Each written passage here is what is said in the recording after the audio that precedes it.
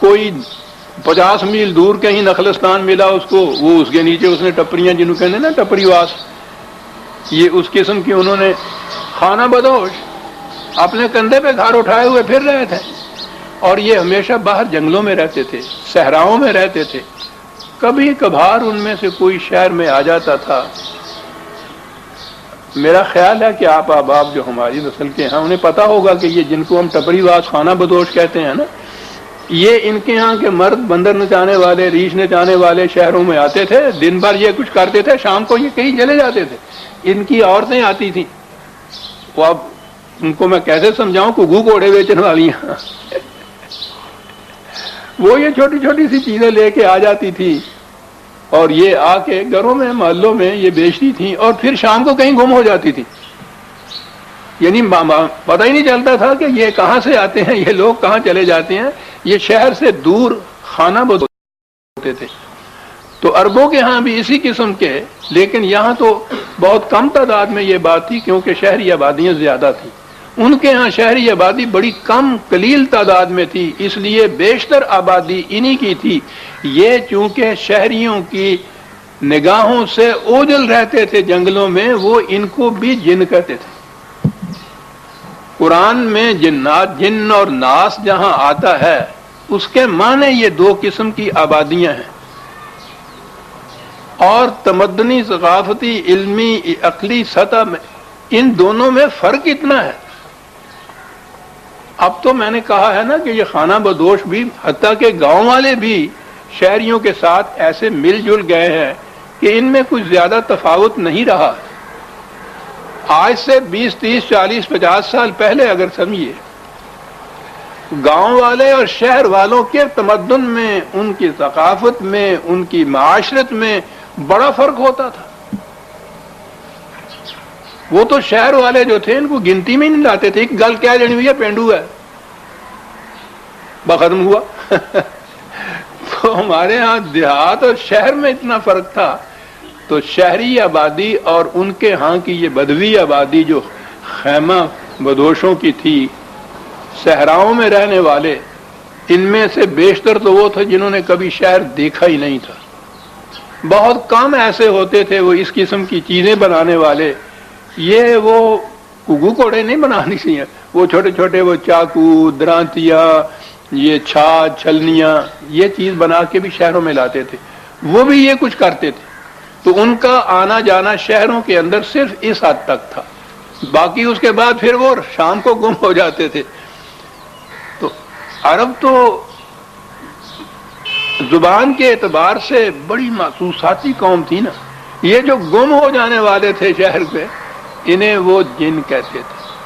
تو قرآن کریم میں جہاں من الجنت والناس آتا ہے، جن اور ناس جو قرآن میں الفاظ آئیں گے، یاد رکھیے اس کے معنی اس زمانے کے بدو، خانہ بدوش اعراب تھے، اور الناس وہ تھے جو شہروں میں آباد ہوتے تھے۔ یہ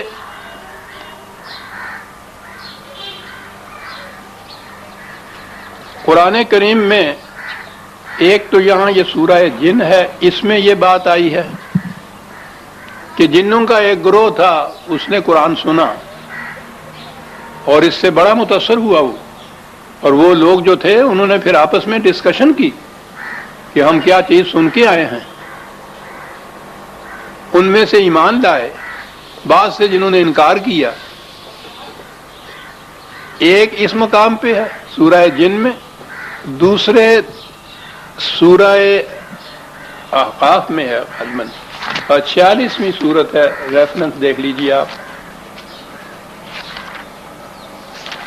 46ویں ہے۔ 46ویں سورت میں بھی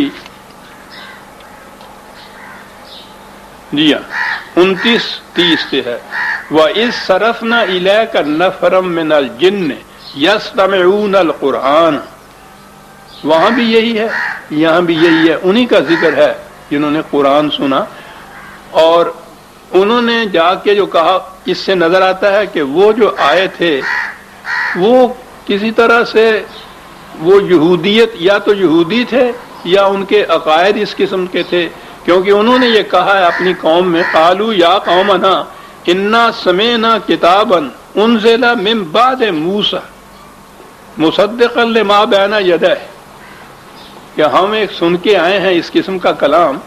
نظر آتا ہے کہ حضرت موسیٰ کے بعد اس قسم کا کلام یہیں آیا ہے جو کچھ ہے. تو گویا انہیں یہ معلوم تھا کہ اس سے پہلے حضرت موسیٰ کی طرف کوئی کتاب آئی تھی، اور وہ جانتے تھے اس کتاب کو، کیونکہ وہ کہتے تھے کہ یہ جو ہم سن کے آئے ہیں یہ اس کتاب کی تعلیم کی تصدیق کرتی ہے، تائید کرتی ہے جو حضرت موسیٰ کی طرف نازل ہوئی تھی. تو گویا یہاں جو سورہ اعقاف میں یہ جو بتایا گیا ہے، نظر آتا ہے کہ یہ یہودی یا یہودیوں کے سے اعتقادات سے متاثر ہوئے یہ جن تھے وہی یہ خانہ بدوش قبائل، وہی نگاہوں سے اوجل بدوی زندگی بسر کرنے والے لوگ. یہ آئے ہیں اور آ کے انہوں نے کھلے بندوں نہیں یہ سنا، کیونکہ یہ ہے قل اوحی الیہ، اللہ تعالیٰ نے اس کو خبر دی کہ آج ایک قبیلہ، ایک گروہ آیا تھا ان بدوی قبیلوں میں سے کوئی قبیلہ، تو اس نے چپکے سے چھپ کر قرآن سنا ہے. وہاں بھی یہ ہے، یہاں بھی یہ ہے کہ وہ سامنے جرأت کر کے نہیں آئے، بلکہ انہوں نے اس طرح سے قرآن کو سنا ہے. تو گویا ایک وہاں ہے، ایک اس سورہ جن میں بھی یہی چیز آئی ہے. ابھی جب میں آگے ان آیتوں میں چلوں گا تو نظر آ جائے گا کہ یہ کوئی وہ جن جو ہمارے ذہنوں میں ہیں یہ وہ جن نہیں تھے، یہ انسان ہی تھے. وہ اسی طرح سے کچھ ان میں سے مسلمان ہوئے، بعض ایسے تھے جنہوں نے انکار کیا، ڈسکشن کر رہے ہیں آپس میں، دلائل دے رہے ہیں. وہ ساری باتیں وہی ہیں جو انسان کرتے ہیں. اب اگلی چیز یہ کہ وہ جو کہتے ہیں کہ ان جنوں نے قرآن سنا، انہوں نے کہا کہ ہم ایمان لاتے، ان میں سے وہ تھے جنہوں نے کہا کہ ہم ایمان لاتے ہیں، خدا پہ بھی، قرآن پہ ایمان لاتے ہیں، رسول اللہ پر ایمان لاتے ہیں. تو اب یہاں سے ایک بات سامنے آتی ہے. قرآن کریم نے نبی اکرم صلی اللہ علیہ وسلم کے متعلق ہر مقام پہ یہ کہا ہے کہ آپ کو انسانوں کی طرف رسول بنا کے بھیجا ہے. کہیں یہ نہیں ہے کہ آپ کو انسانوں اور جنوں کی طرف رسول بنا کر بھیجا ہے. تو گویا یہ جو ایمان لائے تھے یہ انسان ہی تھے، کیونکہ رسول اللہ تو صرف انسانوں کی طرف رسول ہیں. فرض کیجئے کہ اگر یہ کوئی ایسی کوئی تھی بھی اس قسم کی مخلوق تو رسول ان کی طرف مبعوث ہوئے ہی نہیں تھے. تو ان کا قرآن سن کر ایمان لانا، اتباع رسالت کرنا، اطاعت کرنا، تو یہ سوال ہی پیدا نہیں ہوتا کہ ان کی طرف تو رسول تھے ہی نہیں. دو ایک ریفرنسز حوالے اس کے لیے بھی لے لیجئے. ایک تو 7/158 7/158 حصر کے ساتھ قرآن نے یہ کہا ہے. حصر کے معنی ہوتا ہے بالتحقیق محصور کر کے، کنفائن کر کے وہاں تک کہ صرف ان کے تئیے، اس کو کہتے ہیں یہ قل یا ایھا الناس انی رسول اللہ الیکم جمیعا. اے رسول کہہ دو، اے نوع انسانی میں تم سب کی طرف رسول ہوں خدا کا. یہ الناس کی طرف ہی رسول ہے. ایک اور حوالہ لے لیجئے 34/28 34/28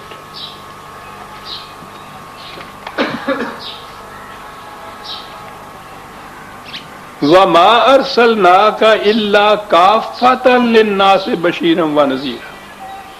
کہ رسول ہم نے تمہیں، یہ جو ہے نا وَمَا أَرْسَلْنَاكَ کے معنی وہ حصر جو میں نے کہا تھا کہ ہم نے تمہیں صرف انسانوں کی طرف رسول بھیجا ہے. کافۃ للناس، وہاں جمیعہ تھا، یہاں کافۃ للناس آ کے دونوں کے معنی ایک ہی ہے. تمام انسانوں کی طرف، صرف انسانوں کی طرف بشیر و نذیر بنا کر تمہیں بھیجا ہے. تو یہ نظر آ گیا کہ یہ جنہوں نے جو قرآن سنے، جنہوں جو ایمان لائے، جنہوں نے یہ کہا کہ ہم اطاعت کرتے ہیں، تو یہ انسان ہی تھے. قرآن کے ان حوالوں کی روح سے، تصریحات کی روح سے یہ انسان تھے، کیونکہ حضور تو انسانوں ہی کی طرف رسول ہو بن کر آئے تھے. تو یہ وہ جن تھے جو وہ بادیہ نشین صحراؤں میں رہنے والے خانہ بدوش جو ان کی شہری آبادیوں کی نگاہوں سے دور رہتے تھے. جن اور ناس کا لفظ قرآن میں جو آتا ہے بار بار آئے گا تو اس کے معنی یہی ہے کہ وہ ان دونوں کو مخاطب کرتا ہے کہ تمہارے لیے یہ قوانین ہیں، یہ ہدایت ہے، یہ سب کچھ ہے. تو یہ اگر جن انسانوں میں سے نہ ہوتے تو قرآن کا یہ دعویٰ معاذ اللہ غلط ہو جاتا کہ رسول اللہ کو انسانوں کی طرف ہی رسول بنا کر بھیجا ہے. تو یہ انسان ہی تھے جن کا ذکر الناس اور الجن کے الفاظ میں آیا ہے. یہ بنیادیں آپ سمجھ لیں قرآن کریم کی تو پھر کوئی دشواری پیش نہیں آتی ان آیات یا صورتوں کے سمجھنے میں، جہاں یہ ہے کہ جنوں نے قرآن سنا اور وہ ایمان لائے اور انہوں نے اس کے متعلق ڈسکشن وغیرہ بھی کی. اور کسی جن کا قرآن میں ایسا ذکر نہیں ہے. اب ان کی توہم پرستیاں جو ہیں ویسے تو شہری زندگی میں بھی کم نہیں ہوتی توہم پرستیاں، لیکن یہ جو باہر کی خانہ بدوش اس قسم کے بادیہ نشین صحرا نشین آبادیاں ہیں ان میں توہم پرستیاں زیادہ ہوتی ہیں.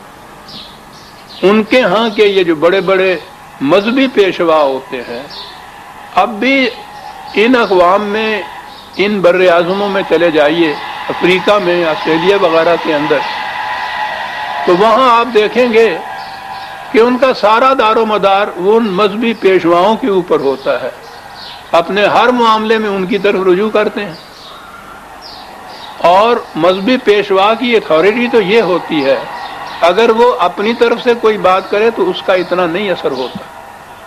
ان کا دعویٰ یہ ہوتا ہے کہ ہم یہ آسمان کی باتیں ہیں جو ہم معلوم کرتے ہیں اور وہ تمہیں بتاتے ہیں. آ کر بڑا روب اس سے پڑتا ہے اور اس کا اثر بھی بڑا ہوتا ہے جب کوئی کہے کہ میں آسمان کی باتیں کرتا ہوں تمہارے ساتھ.